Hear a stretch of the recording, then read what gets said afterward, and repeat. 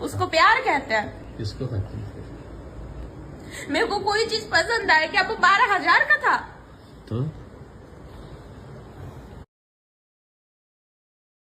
इतना पसंद मैं था? उस दुकान में 1 घंटा रही थी। हमको नहीं पता था। कहाँ से इतना पता रहेगा? पसंद प्यार है जो पता रहेगा। नहीं है। बकवास मत करो। बकवास कहाँ कर रहे हैं हम तो गाइस देख सकते हैं आप लोग, बहुत ज्यादा इमोशनल हो चुकी है ये। मैंने नहीं आइडिया था इतना तुमको क्या पसंद है नहीं है कोई मतलब नहीं। सुबह से उठ के तुम अकेले लगे रहो, इंसान को तुमसे बैठ के बात भी नहीं कर सकता है कि तुम काम करो। बात कर रहा हूँ मैं।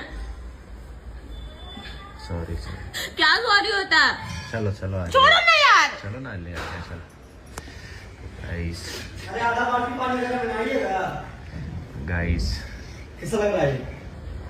सॉरी, क्या सीरियस मोमेंट है।